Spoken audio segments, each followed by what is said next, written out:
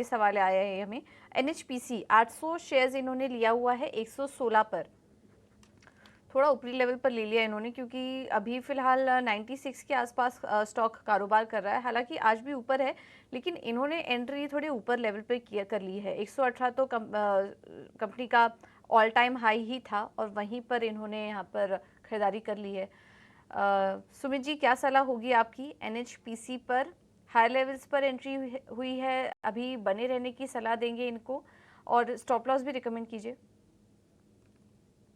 देखिए, बिल्कुल आपने जो बात बोली, ये एक ट्रिपल टॉप फॉर्मेशन था। 116 पे ही स्टॉक ने रिजेक्शन लिया हुआ था। सबसे पहले जो ये रेट आया था वो था फरवरी में, अगेन सेकंड अटेम्प्ट हुआ था 3rd ऑफ जून को।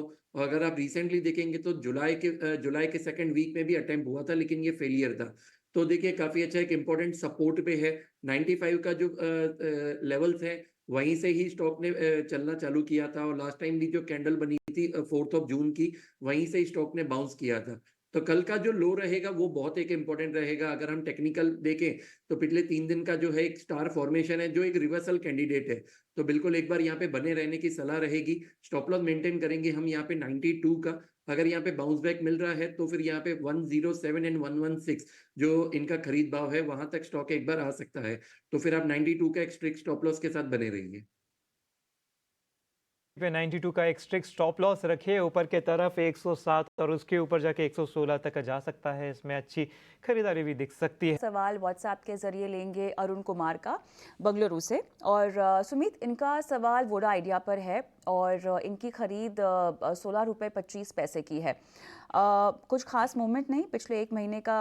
अगर हम टाइम होराइजन पकड़कर चलें तो लगभग आज के ही प्राइस के आसपास घूमता हुआ दिखाई दे रहा है स्टॉक। अब इनको कितना लंबा रुकना चाहिए, और अगर आप रुकने की सलाह देंगे तो नियर टर्म आउटलुक में क्या स्टॉप लॉस भी रेकमेंड करेंगे इनको?